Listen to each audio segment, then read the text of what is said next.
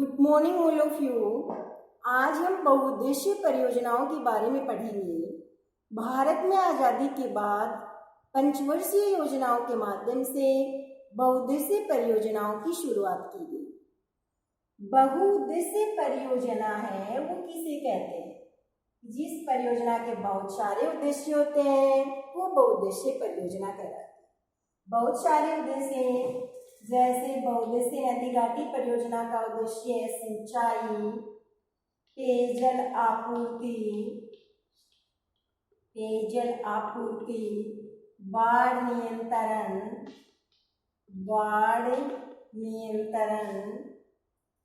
जल विद्युत उत्पादन, मृदा संरक्षण, वन्य जीव संरक्षण और पर्यावरण संरक्षण। ये बहुत सारे उद्देश्य होने के कारण भारत के प्रथम प्रधानमंत्री पंडित जवाहरलाल नेहरू ने इन्हें आधुनिक भारत का मंदिर कहा है। आधुनिक भारत का मंदिर कहा है। बहुउद्देशीय नदी घाटी परियोजनाओं को पंडित जवाहरलाल नेहरू ने आधुनिक भारत का मंदिर कहा है। अब हम देखते हैं भारत सरकार द्वारा संचालित प्रमुख नदी घाटी परियोजनाएं। पहली है दामोदर घाटी परियोजना, दूसरी है भाखड़ा नांगल परियोजना, तीसरी है हीराकुंड परियोजना, चौथी है रिहंद परियोजना, पांचवी है गंडक परियोजना और छठी है कोसी परियोजना। तो ये भारत सरकार द्वारा संचालित प्रमुख नदी घाटी परियोजना। इनमें सबसे पहले हम देखते हैं दामोदर घाटी परियोजना। दामोदर घाटी परियोजना है ये स्वतंत्र भारत की प्रथम महत्वपूर्ण परियोजना है। स्वतंत्र भारत की प्रथम महत्वपूर्ण परियोजना है दामोदर घाटी परियोजना। पहली बात स्वतंत्र भारत की पहली महत्वपूर्ण परियोजना है। दूसरी दामोदर घाटी परियोजना है ये पश्चिम बंगाल व झारखंड की संयुक्त परियोजना है। पश्चिम बंगाल व झारखंड की संयुक्त परियोजना है। तीसरा दामोदर घाटी परियोजना है, इसका निर्माण दामोदर नदी पर किया गया। दामोदर नदी को पश्चिम बंगाल का शोक भी कहा जाता है। पश्चिम बंगाल का शोक क्यों कहते हैं? क्योंकि दामोदर नदी है वो छोटा नागपुर के पहाड़ से निकलती है, फिर पश्चिम बंगाल में हुगली नदी में जाकर ये गिरती है और अपने मार्ग परिवर्तन के कारण, बाढ़ व अपरदन के कारण इसे पश्चिम बंगाल का शोक कहा जाता है। ये पश्चिम बंगाल में दामोदर नदी अपना मार्ग परिवर्तन करती है, इससे बाढ़ भी आती है, अपरदन होता है, इसलिए इसे पश्चिम बंगाल का शोक कहा जाता है। अब हम देखते हैं दामोदर घाटी परियोजना का निर्माण कार्य 1948 में शुरू हुआ और यह अमेरिका की टेनेसी घाटी परियोजना के आधार पर किया गया। टेनेसी घाटी परियोजना के आधार पर दामोदर घाटी परियोजना का निर्माण शुरू किया गया।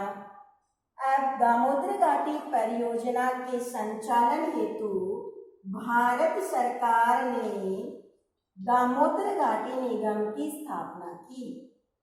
दामोदर घाटी निगम की स्थापना की।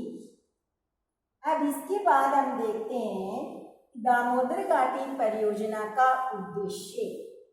दामोदर घाटी परियोजना का महत्वपूर्ण उद्देश्य है पश्चिम बंगाल व झारखंड का आर्थिक विकास करना। पश्चिम बंगाल व झारखंड का आर्थिक विकास करना, पेयजल की आपूर्ति करके, सिंचाई के द्वारा, विद्युत उत्पादन के द्वारा यहाँ का आर्थिक विकास करना और स्थानीय लोगों के जीवन स्तर को उन्नत करना। स्थानीय लोगों के जीवन स्तर में सुधार करना, ये दो इसके महत्वपूर्ण उद्देश्य हैं। दामोदर घाटी परियोजना से अनेक नहरें निकाली गई है और विद्युत घरों का निर्माण किया गया है।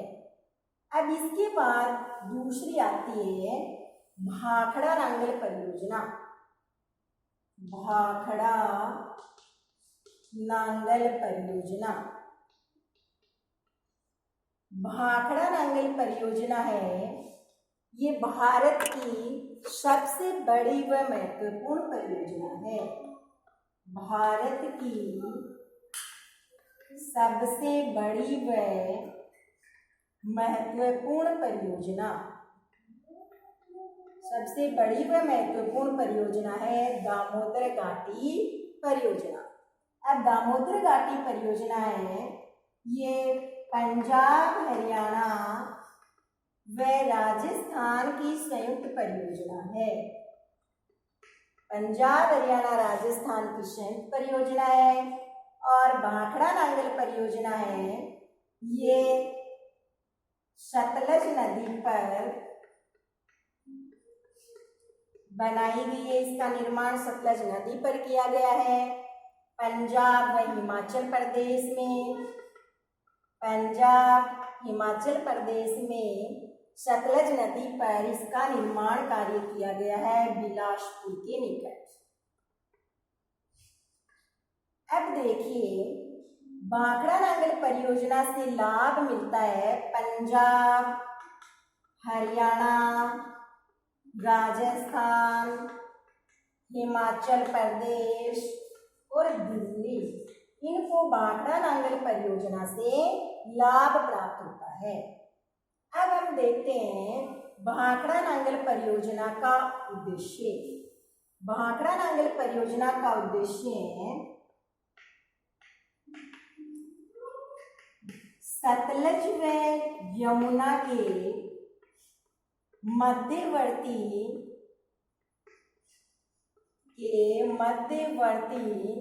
नदी घाटी क्षेत्र का आर्थिक विकास करना। घाटी क्षेत्र का आर्थिक विकास करना इसका महत्वपूर्ण उद्देश्य है। भाखड़ा नांगल परियोजना का महत्वपूर्ण उद्देश्य है सतलज व यमुना के मध्यवर्ती क्षेत्र का आर्थिक विकास करना, सिंचाई के द्वारा, पेयजल के द्वारा, विद्युत उत्पादन करके, बाढ़ पर नियंत्रण करके ये इन क्षेत्रों का आर्थिक विकास करती है। अब भाखड़ा नांगल परियोजना के तहत दो बांध बनाए गए, एक है भाखड़ा बांध और दूसरा है नांगल बांध। अब भाखड़ा बांध है, ये विश्व का सबसे बड़ा गुरुत्वीय बांध है, सबसे बड़ा गुरुत्वीय बांध है। भाखड़ा बांध है वो सीमेंट और कंक्रीट से निर्मित बांध है जो विश्व का सबसे बड़ा गुरुत्वीय बांध है। भाखड़ा बांध के पीछे एक झील बनाई गई है, गोविंद सागर झील। गोविंद सागर झील का निर्माण किया गया। अब दूसरी है नांगल, भाखड़ा बांध है, ये विश्व का सबसे बड़ा गुरुत्वीय बांध है। दूसरा, इसके पीछे गोविंद सागर झील बनाई गई है। तीसरा भाखड़ा बांध है, इससे अनेक नहरें निकाली गई है, जैसे सरहिंद नहर, विस्त दोआब नहर, नरवाना नहर, भाखड़ा नहर, नांगल नहर आदि नहरें निकाली गई है और विद्युत घरों का निर्माण किया गया। इसके बाद दूसरा आता है नांगल बांध। अब नांगल बांध है, ये भाखड़ा बांध से 13 किलोमीटर नीचे बनाया गया है और इसका उद्देश्य है, नांगल बांध का उद्देश्य है भाखड़ा बांध के अतिरिक्त जल को संचित करना। बांध के अतिरिक्त जल को संचित करना, ये इसका महत्वपूर्ण उद्देश्य है। ये हुआ भाखड़ा नांगल परियोजना। अब तीसरी है हीराकुंड परियोजना। हीराकुंड परियोजना ये प्रायद्वीपीय भारत की महत्वाकांक्षी परियोजना है। प्रायद्वीपीय भारत की महत्वाकांक्षी परियोजना है हीराकुंड परियोजना। हीराकुंड परियोजना उड़ीसा में है और महानदी पर स्थित है। महानदी को उड़ीसा का शोक भी कहा जाता है। उड़ीसा का शोक क्यों कहते हैं?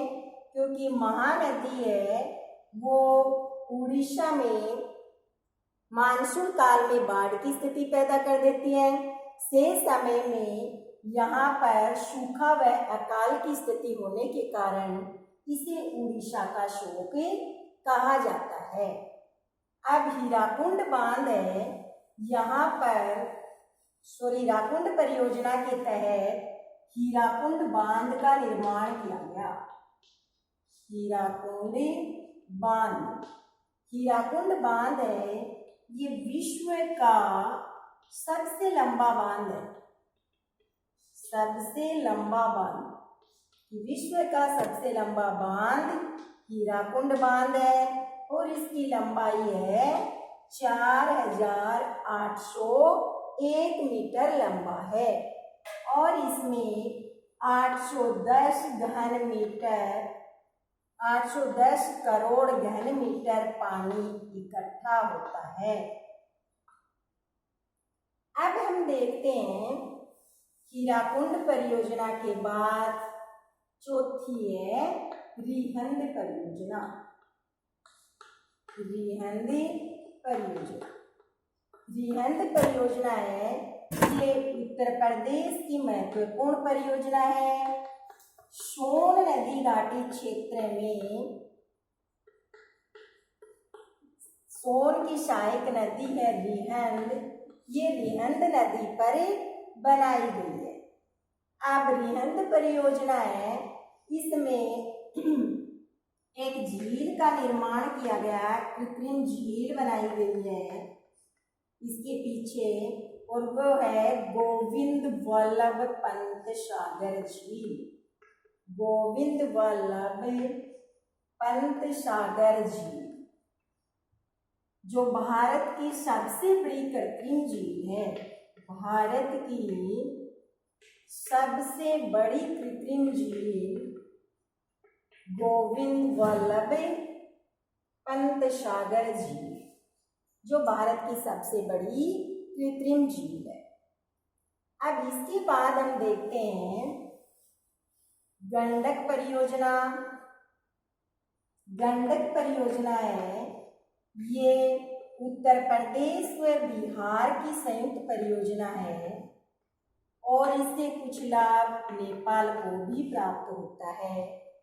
इसके अलावा कोसी परियोजना, कोसी परियोजना बिहार में कोसी नदी पर, कोसी नदी को उत्तरी बिहार का शोक कहते हैं क्योंकि ये बिहार में बाढ़ की स्थिति या प्रदन की समस्या पैदा करती है। और कोसी नदी है, कोसी परियोजना है, इसके निर्माण में नेपाल ने भी सहयोग प्रदान किया था। धन्यवाद।